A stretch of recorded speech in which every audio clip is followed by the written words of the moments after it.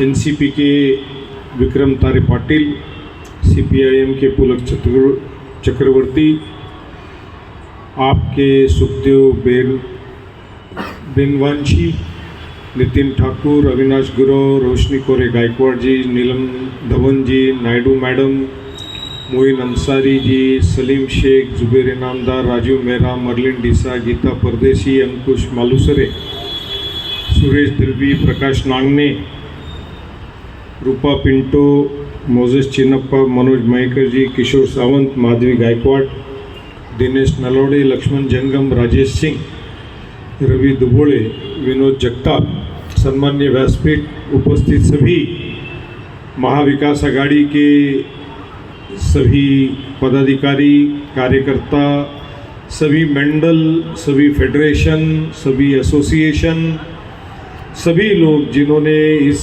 चुनाव में बढ़ चढ़ करके हिस्सा लिया और ये 84,000 वोट मिलने में जिन्होंने अपना हाथबार लगाया, वो सभी यहाँ उपस्थित लोगों का मैं तहे दिल से शुक्रिया अदा करता हूँ, धन्यवाद व्यक्त करता हूँ, आप सबका आभार व्यक्त करता हूँ। साथ ही में इस शहर की जनता ने जो 84,000 वोट हमें दिया, उनका भी मैं शुक्रिया अदा करता हूँ, धन्यवाद व्यक्त करता हूँ। आपके और हमारे सामने ये लड़ाई की शुरुआत है। ये लड़ाई की शुरुआत इस तरह से है, आज कॉन्स्टिट्यूशन डे है। आज कॉन्स्टिट्यूएंट असेंबली में भारत रत्न डॉक्टर बाबा साहब अम्बेडकर जी ने 2 साल 10 महीने लगाकर कॉन्स्टिट्यूशन को बना के पूरा किया था और 26 जनवरी 1950 को इस देश में कॉन्स्टिट्यूशन लागू हुआ। आज वो दिन है। कॉन्स्टिट्यूशन, मैं हमेशा कहता हूँ कि वो इस देश की धार्मिक किताब है। कुरान है, बाइबल है, गुरु ग्रंथ है, भगवत गीता है, रामायण है, जो भी धार्मिक किताबें हैं, तो वो इस देश की धार्मिक किताब अगर कोई है तो वो कॉन्स्टिट्यूशन है। ये कॉन्स्टिट्यूशन है जिसने आपको, हमको सबको एक साथ इस देश में सभी भाषा, प्रांत, जाति, मज़हब को एक साथ रहने का अधिकार दिया है और अपनी बातों को अपनी तरकीब से अपने धर्म को निभाने का, करने का, पूजा पाठ, नमाज, गिरजाघर में जाने का अधिकार आपको, हमको सबको दिया है। भाजपा ने इतने साल विरोधी पक्ष में रहने के बाद उन्होंने सोचा कि हमको एक तो ये कॉन्स्टिट्यूशन खत्म करना है और दूसरा उन्होंने ये देखा कि दुनिया के अंदर इतिहास है। इतिहास ये है कि आदमी के, इंसान के नज़रों के सामने अगर धर्म का पर्दा डाल दिया जाए तो वो अंधा हो जाता है। और ये पर्दा इस देश में डालना बहुत आसान था। वो पर्दा बड़े मुश्किल से उठा था आज़ादी के वक्त, क्योंकि गांधी जी ने सभी धर्म के लोगों को इकट्ठा किया था, चाहे वो पिछड़ी जाति थी, दलित था, आदिवासी था, अल्पसंख्यक था, ठाकुर था, ब्राह्मण था, क्षत्रिय था, इन सबको एक किया था, तब जाके आज़ादी मिली थी। तो 70 साल में इन लोगों को वापस अलग करना कोई बहुत बड़ी कमाल की बात नहीं थी और बीजेपी ने बहुत ही सिस्टमैटिकली उसको किया। 1990 में उन्होंने इसकी शुरुआत करी द्वारका से, लाल कृष्ण आडवाणी जी ने, और रथ यात्रा निकाली और बाबरी मस्जिद का मुद्दा हाथ में लिया। उससे पहले वीपी सिंह साहब ने मंडल कमीशन इस देश में लगाया और ओबीसी की राजनीति चालू हुई। देश जो बन रहा था, आगे बढ़ रहा था, वो जाति की राजनीति में पिछड़ना शुरू हो गया। उसमें हाथ पार लगा धर्म का। और जब राम जन्मभूमि और बाबरी मस्जिद का मुद्दा चला तो पूरे देश में हिंदू मुसलमान ये बट गया। उसमें से रीजनल पार्टियों का जन्म हुआ, धर्म के नाम पे हुआ, पिछड़ी जाति के नाम पे हुआ, मगर जो कांच में एक बार दरार पड़ती है वो दरार हमेशा नजर आती है। बीजेपी ने 2010 और 12 के बाद उस मुद्दे को पूरी ताकत से चलाया और इतना चलाया और आज भी चला रही है कि 24 घंटा ये जो कॉन्स्टिट्यूशन है इसके 4 पिलर हैं, पार्लियामेंट, मीडिया, ब्यूरोक्रेसी, मीडिया कहा ना मैंने, और पार्लियामेंट, जुडिशरी, पार्लियामेंट, मीडिया और ब्यूरोक्रेसी। तो पार्लियामेंट किसका? जिसकी सत्ता है उसकी पार्लियामेंट। ब्यूरोक्रेसी किसकी? जिसकी सत्ता है उसकी ब्यूरोक्रेसी। और मीडिया को पूरा उन्होंने अपनी तरफ कर लिया क्योंकि कैपिटलिज्म का ज़माना है। अब मीडिया पहले की तरह तो रह नहीं गई चक्रवर्ती साहब कि सत्य लिखती है। कैपिटलिज्म का ज़माना है, मीडिया पब्लिकेशन हाउस को चलाना है, बड़ा मीडिया हाउस बनाना है। तो मीडिया उनकी तरफ, ब्यूरोक्रेसी उनकी तरफ, जुडिशरी उनकी तरफ, पार्लियामेंट उनकी तरफ। और जो भी देश में, जिस देश में डिक्टेटरशिप चली है, आप लोग इतिहास पढ़ते होंगे, जहां भी डिक्टेटरशिप चली है जिस देश में, वहां पे ये 4 चीज अगर सत्ताधारी के कंट्रोल में हो जाती है, वहां पे डिक्टेटरशिप चलती है।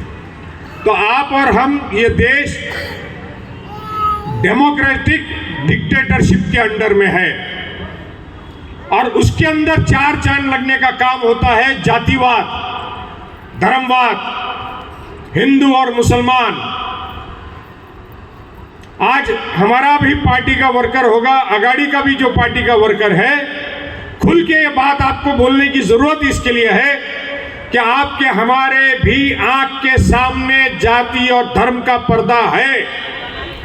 चाहे वो मुसलमान वर्कर हो, चाहे वो हिंदू वर्कर हो, इसको मानना पड़ेगा आपको।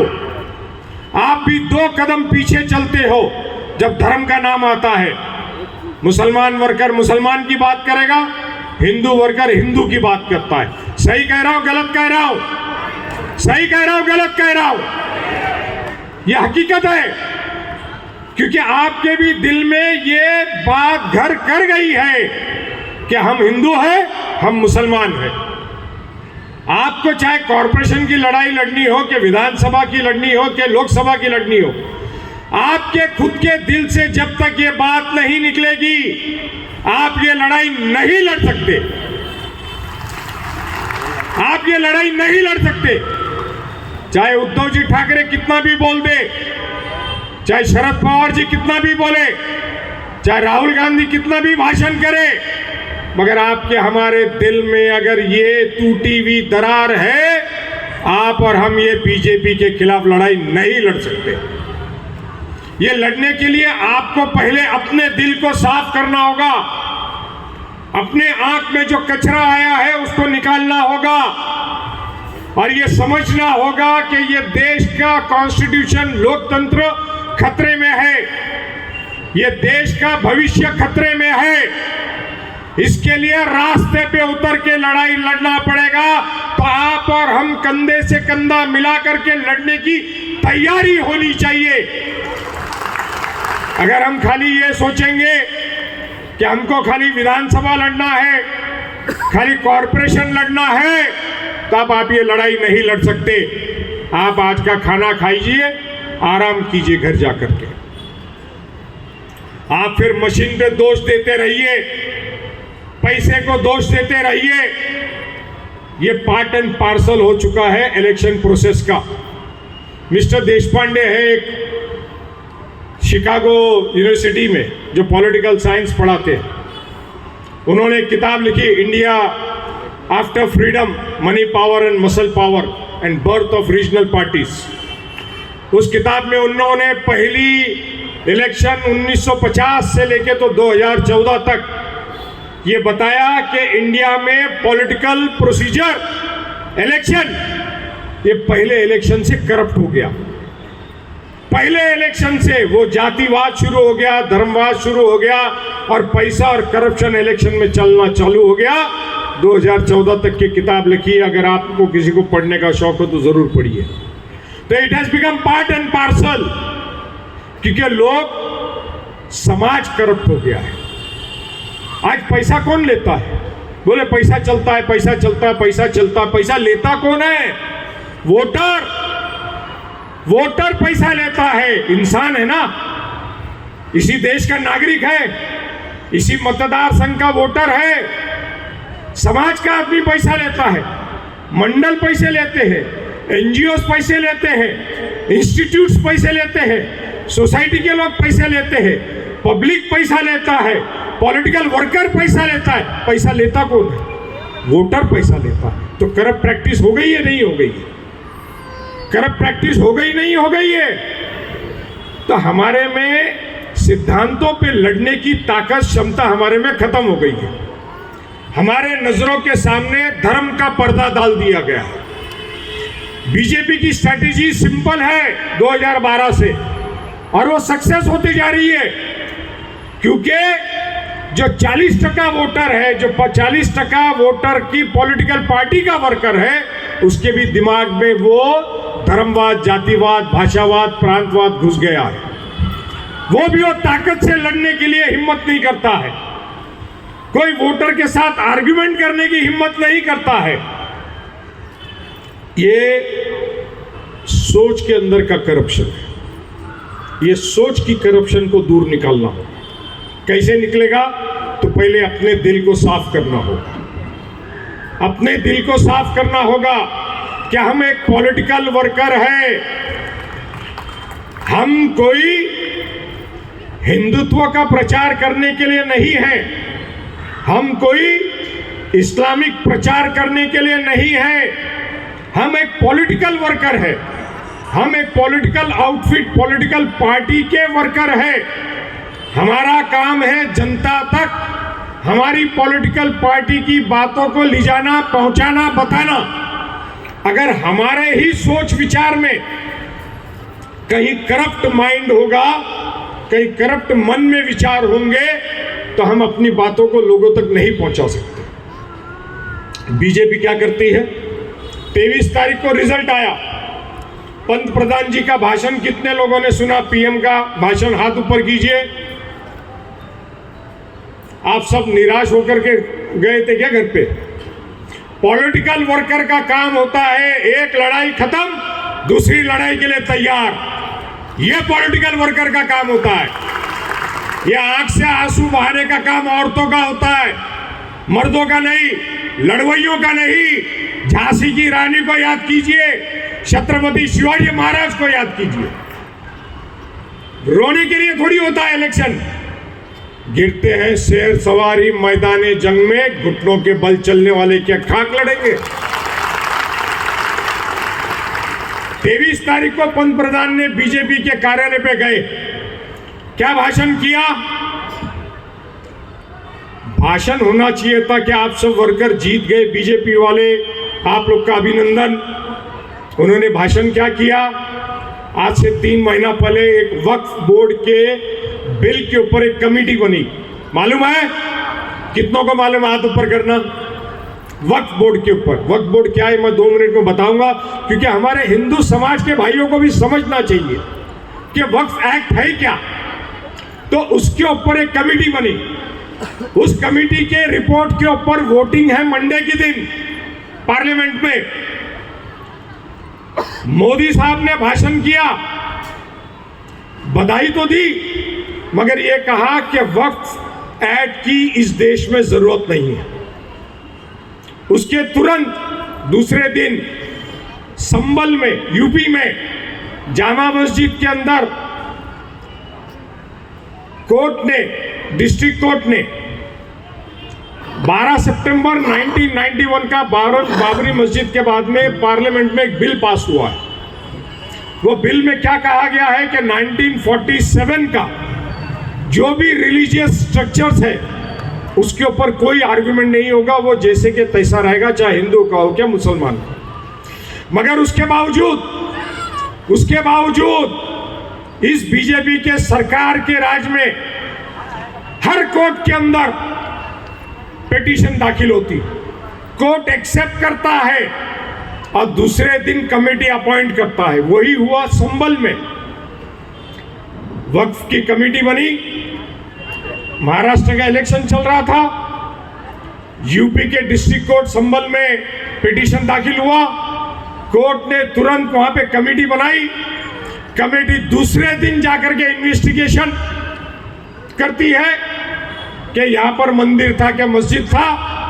23 तारीख को प्राइम मिनिस्टर भाषण देते हैं और 24 को संभल में दंगल होता है, 4 आदमी पुलिस फायरिंग में मारे जाते हैं और मंडे और पूरे टीवी चैनल्स पे वक्फ एक्ट, जामा मस्जिद संभल, पुलिस फायरिंग, हिंदू मुस्लिम, ये डिस्कशन मीडिया में चलता है। तो पार्लियामेंट वक्फ का बिल को रद्द करने की कमेटी बनाता है, जो कॉन्स्टिट्यूशन के 4 पिलर की मिसाल अभी आपके सामने दे रहा हूं कि कैसी करप्ट है ये। पहला पिलर, पार्लियामेंट वक्फ एक्ट को खारिज करने की कमेटी बनाया।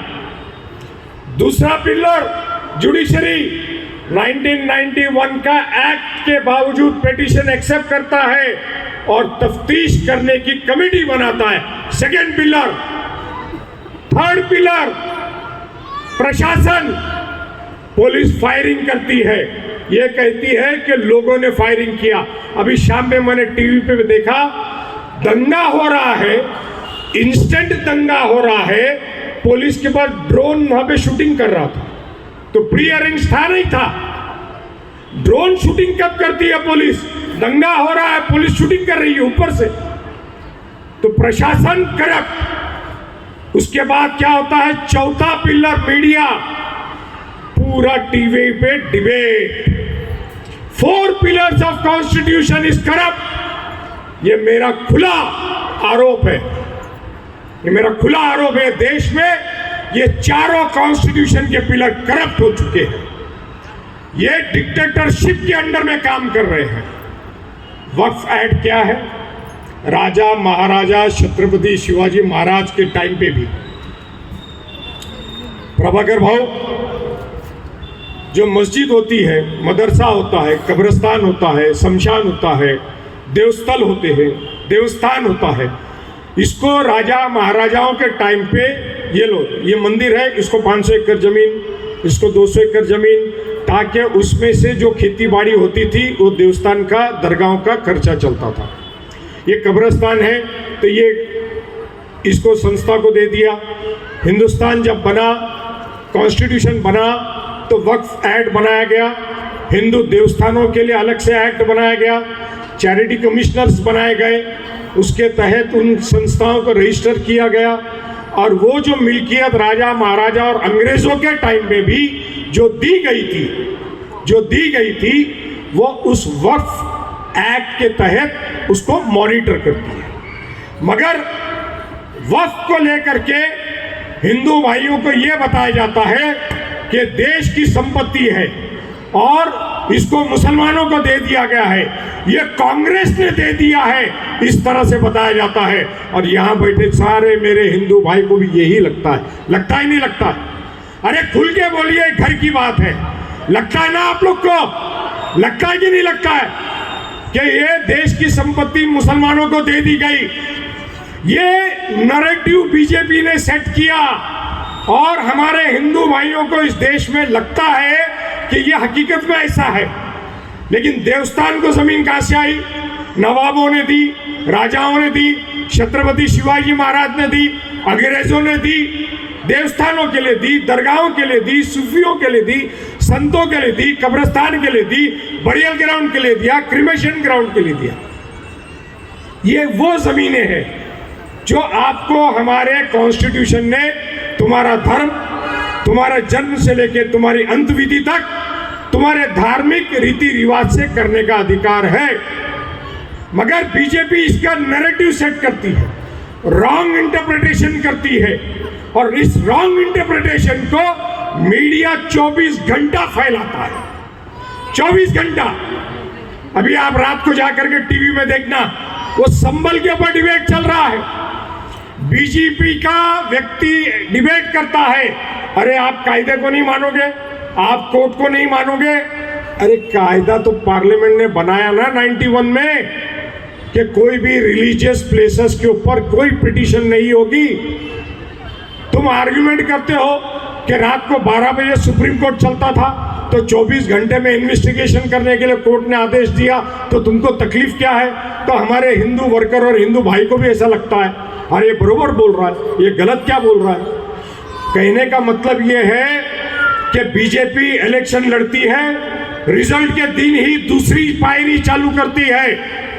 अब आगे बताता हूं। अब मंडे को जब इंडिया आघाड़ी के लोग अगर इस वोटिंग में इकट्ठा नहीं रहेंगे, कोई एब्सटेंट करेगा, कोई न्यूट्रल बनेगा, तो पंतप्रधान ने उसकी भी भविष्यवाणी अपने भाषण में कर दिया। क्या कहा भाषण में? कि उद्धव ठाकरे बाला साहब ठाकरे के प्रॉपर्टी के वारसदार हो सकते हैं, उनके विचार धारणाओं के नहीं। उनके विचार धारणा के वारसदार एकनाथ शिंदे है। ये किसने भविष्यवाणी किया? पंतप्रधान ने। और क्या कहा कि शरद चंद्र पवार जी और सुप्रिया सुळे उनके वारसदार हो सकते हैं, मगर मराठाओं के और राष्ट्रवादी के वारसदार और हकदार और राष्ट्रवादी चलाने का पूरा हक वो अजीत पवार को है।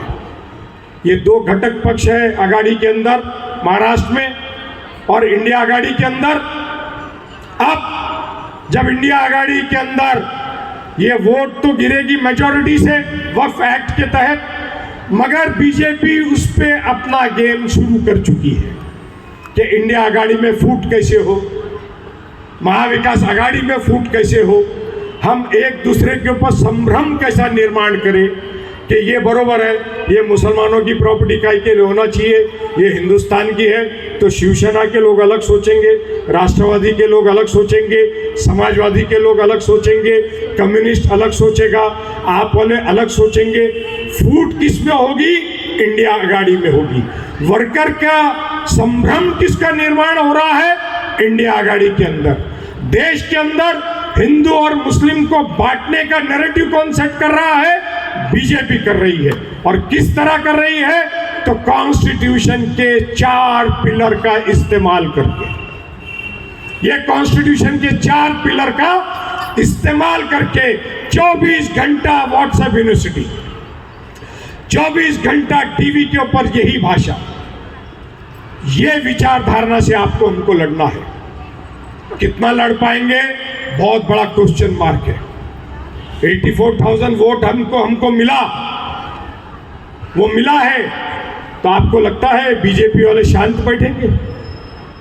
विश्व हिंदू परिषद, बजरंग दल, बीजेपी और उनके साथ के उनके घटक पक्ष जो 24 घंटा बीजेपी, आरएसएस, बजरंग दल, विश्व हिंदू परिषद जातिवाद, धर्मवाद, भाषावाद फैलाता है, इनका एकमेव कार्यक्रम है कि इनको 80% हिंदू जो भाई है हमारा इस देश में, उसको संगठित करना है। तो वो कैसे करेंगे?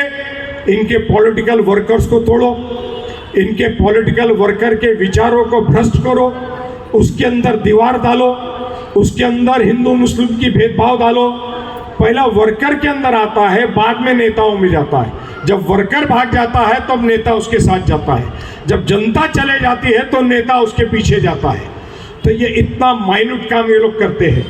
एक इलेक्शन खत्म हुआ और ये पूरे देश की राजनीति उसके ऊपर चला रहे हैं। ईवीएम के अंदर आपको घुसा के रख दिया कि आप ईवीएम के ऊपर चर्चा करते रहो, ये वक्फ का एक्ट लाएंगे, टीवी के ऊपर ये डिबेट करेंगे और हिंदू मुस्लिम पोलराइजेशन की बात करेंगे, बटोगे तो काटेंगे की बात करेंगे, एक है तो सेफ की बात करेंगे। ये देश के अंदर 140 करोड़ में से 120 हिंदू है, सारे देश के चीफ मिनिस्टर हिंदू है, सारे चीफ सेक्रेटरी हिंदू है, सारे डायरेक्टर जनरल पुलिस हिंदू है, सारा कैबिनेट हिंदू है, तो कौन सा हिंदुत्व खतरे में है? कौन सा हिंदुत्व खतरे में है? यहां बैठे सारे लोग हिंदू हैं।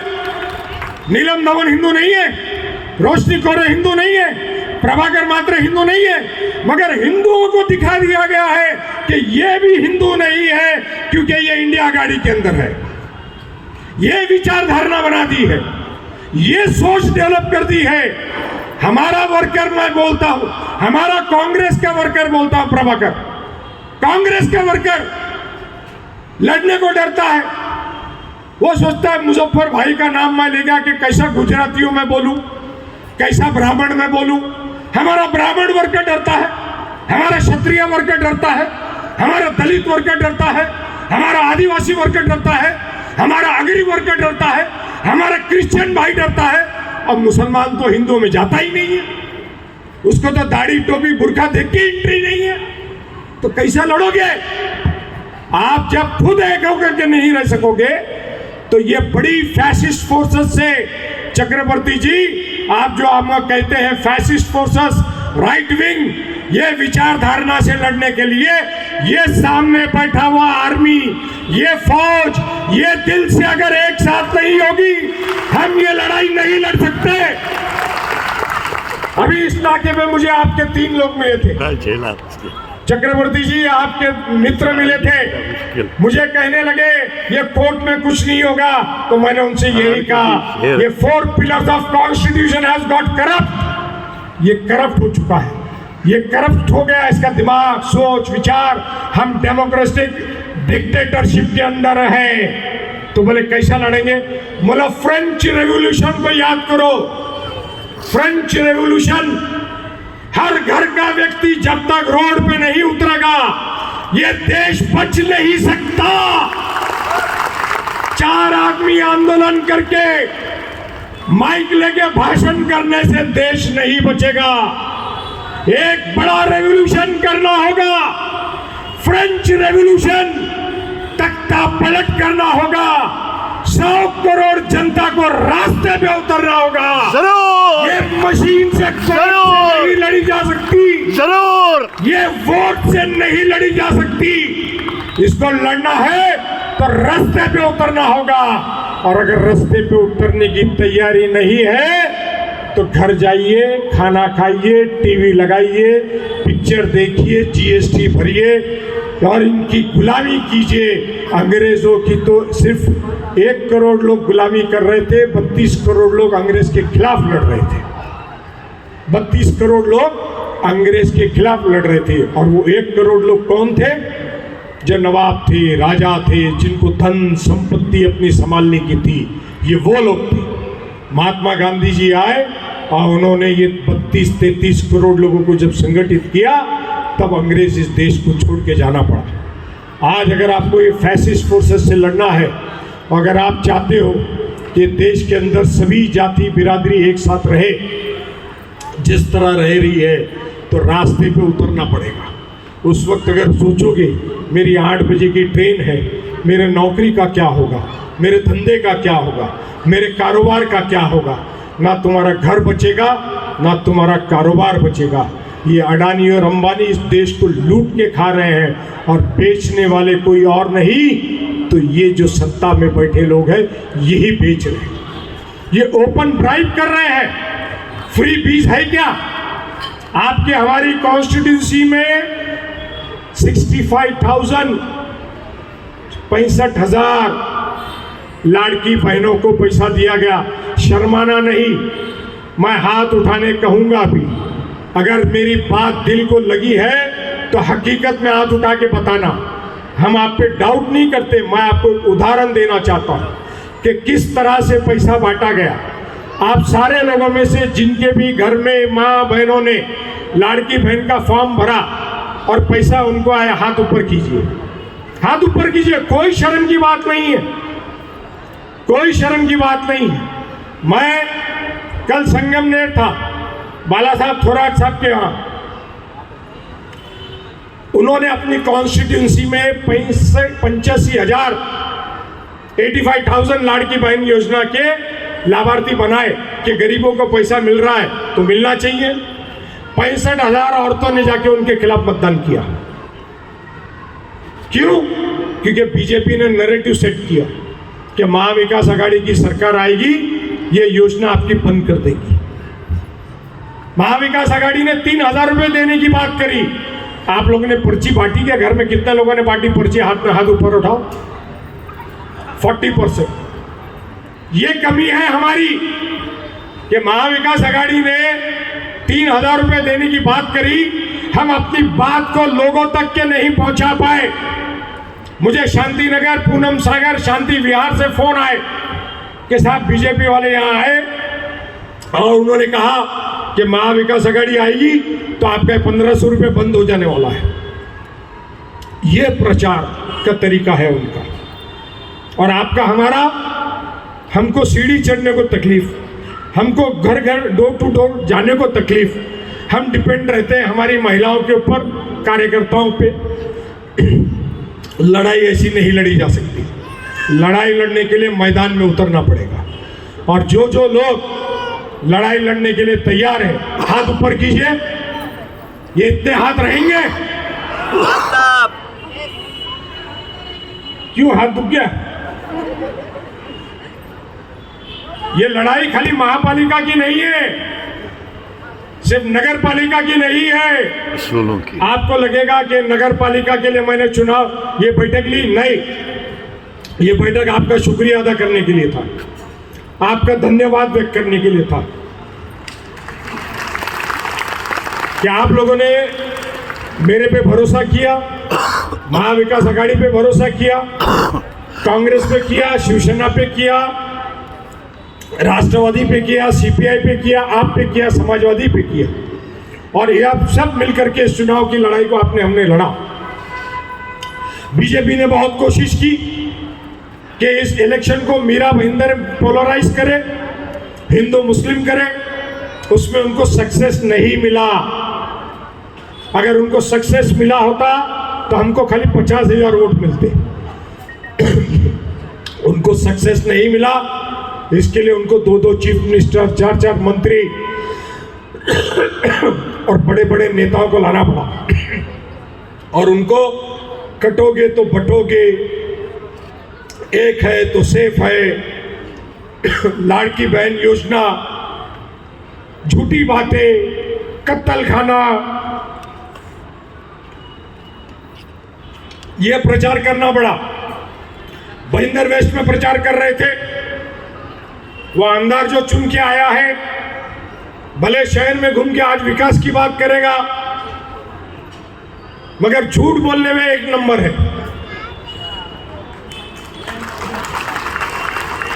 मुसलमानों के बीच में जाएगा, गलत बात, झूठ बात करेगा। हिंदुओं के बीच में जाएगा, बोलेगा मुसलमान चुन के आ जाएगा।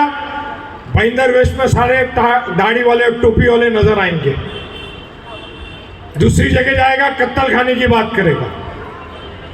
ऐसा चिकनी चुपड़ी बात करने में मास्टर है। अगरियों के बीच में जाएगा, अगरी समाज के बीच में जाएगा, हिंदू मुस्लिम की बात करेगा। क्रिश्चियनों के बीच में जाएगा, क्रिश्चियनों की बात करेगा। तो ये चिकनी चुपड़ी बात करके आपको मिसगाइड करने का काम ये कॉरपोरेशन के इलेक्शन में भी होगा, ये विधानसभा में भी हुआ है। पैसा बंटना, महेकर साहब, पैसा हर इलेक्शन में लगता है। घर में दिवाली हो पैसा लगता है, ईद है पैसा लगता है, घर में बच्चा हुआ तो पैसा लगता है, अंत विधि होती है तो पैसा लगता है। जीवन में पैसा पार्ट एंड पार्सल हो गया है। बच्चे को भी आज की तारीख में पैसा और बुक रखोगे तो पहला पैसा उठाता है। तो पैसे के वजह से इलेक्शन होता है, ये अगर सोच करके हमें लड़ाई लड़ना छोड़ देंगे तो हो नहीं सकता। साम दाम दंड भेद सब लेकर के लड़ना पड़ता है, उसके बगैर लड़ाई हो नहीं सकती।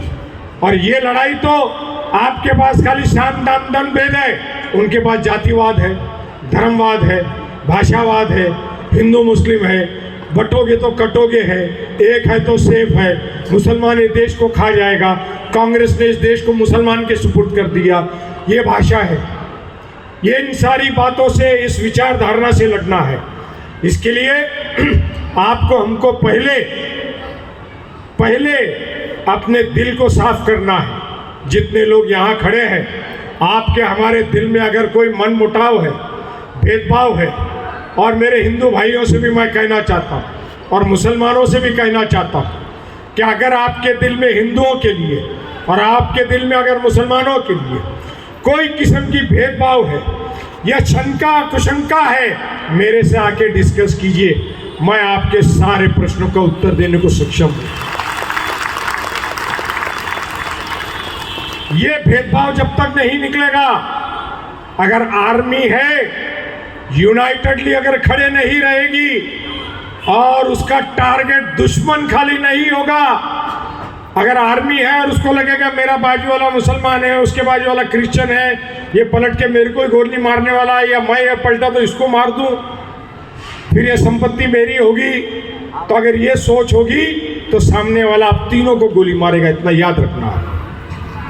तो जब तक के फौज के अंदर, आर्मी के अंदर अगर आपका दिल साफ नहीं है, आपके विचार साफ नहीं है, आप लड़ाई नहीं लड़ सकते।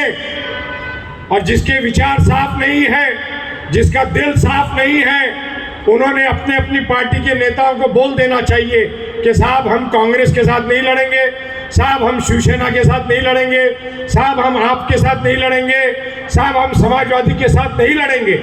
अननेसेसरी ये मंच पे बैठे हुए नेताओं को बेवकूफ मत बनाइएगा, जबरदस्ती का रास्ते में छोड़ के मत जाइएगा, लड़ाई के मैदान में पीठ दिखा करके मत जाइएगा। लड़ने की अगर ताकत है तो हाथ में हाथ मिला के लड़ना होगा, एक सुर एक ताल से लड़ना होगा, एक साथ मिल के लड़ना होगा। ये लड़ाई नगर पालिका की नहीं, ये देश की संविधान की लड़ाई है। ये देश में जो संविधान को खत्म करने की लड़ाई है, ये देश में जो डेमोक्रेटिक डिक्टेटरशिप चल रही है उसके खिलाफ की लड़ाई है। और वक्त आने पे देश के हर नागरिक को रास्ते पे उतर के लड़ाई लड़ना पड़ेगा। धन्यवाद। जय हिंद, जय महाराष्ट्र, जय भीम।